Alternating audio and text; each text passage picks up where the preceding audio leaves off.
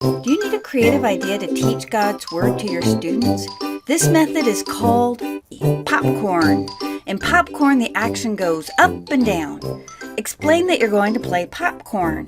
When it's your turn to say the word, you'll pop up. When it's their turn to say the word, they'll pop up. Go back and forth until the whole verse is quoted and recite the reference all together at the end.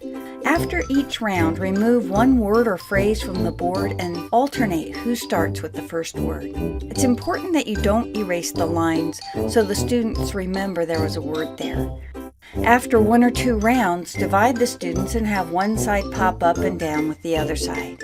After the board is empty, you can add an extra challenge and have two volunteers do the pop-up with each other. Here are a few tips to remember when teaching the memory verse. If your verse is very short, write it word for word on the board and put a line under each word. If your verse is slightly longer, write it phrase by phrase and put a line under each phrase. If you are short on time, you can write the words or the phrases on pieces of paper in advance and then tape them to the board. Have everyone say the reference at the end, regardless of which game you're playing. Instead of doing a long explanation at the beginning of what the verse means, do short explanations of one or two key words between a couple of the rounds, and then at the end you can ask a volunteer to explain what the whole verse means or how they would apply it.